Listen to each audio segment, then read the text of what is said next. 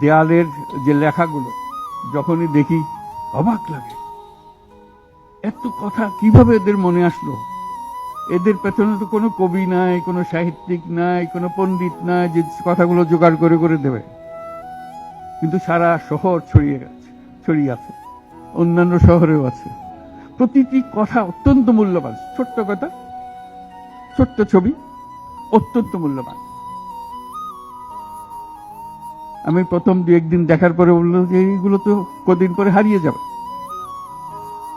তাড়াতাড়ি যারা পরিচিত আছে তাদের বললাম এগুলো সব ছবি তুলে রাখো, এগুলো হারিয়ে যাবে। ঢাকা শহরের যত দেওয়াল আছে সব দেওয়ালের ছবি তারা সংগ্রহ করে রেখেছে। একজন আকবরী একটা বই বানিয়ে ফেলেছে ধরে রাখার জন্য, এই মুহূর্ত যেটা হয়ে গেছে সেটার জন্য হারিয়ে না যায়।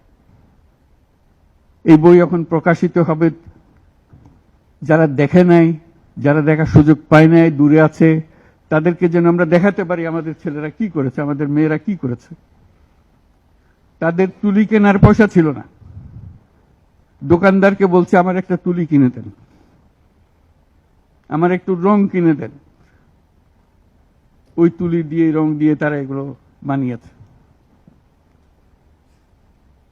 সেই ছবিগুলো, সেই কার্টুনগুলো বই আকারে যাতে প্রকাশ করে। এবং আমি এখন আমাদের দূতাবাসগুলোকে বলছি, এটা তো আমরা দেখছি এখানে, তোমরা কি করছো, এই ছবিগুলোর অন্তত একটা প্রদর্শনী করো, দুনিয়ার লোকজনকে জানাও আমাদের ছেলে মেয়েরা কি করলো। প্রত্যেক দূতাবাসে যাতে করে আমাদের এই দেয়ালের ছবি, আমাদের এই ভিডিও, যারা যে যত আন্দোলনের যে ছবিগুলো, ভিডিওগুলো দেখানোর জন্য।